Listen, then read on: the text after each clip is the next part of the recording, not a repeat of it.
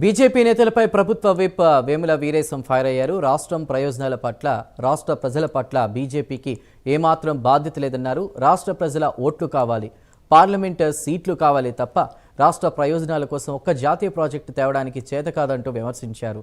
CM Revanth శక్తివంతుడు కాబట్టే కేసీఆర్ని గద్దె దించాడని అన్నారు వేముల వీరేశం. రాష్ట్రం పట్ల, రాష్ట్ర ప్రయోజనాల పట్ల, రాష్ట్ర ప్రజల పట్ల ఏమాత్రం బాధ్యత లేని పార్టీ అంటే బీజేపీ పార్టీ అనేటువంటిది చాలా స్పష్టంగా అర్థమవుతుంది.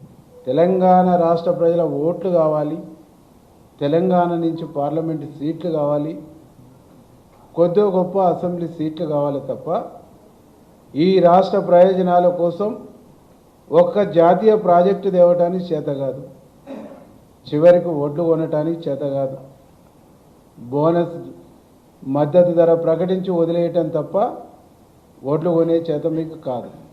ఇంకా బండి సంజయ్ గారు ఏమంటాడు, ముఖ్యమంత్రి గారికి చేత, ముఖ్యమంత్రి గారికి చేతనయ్యింది కాబట్టి, చేతనైనోడు కాబట్టి, శక్తివంతుడు కాబట్టి ఒక నియంతృత్వ కేసీఆర్ని గద్దెదించాడు.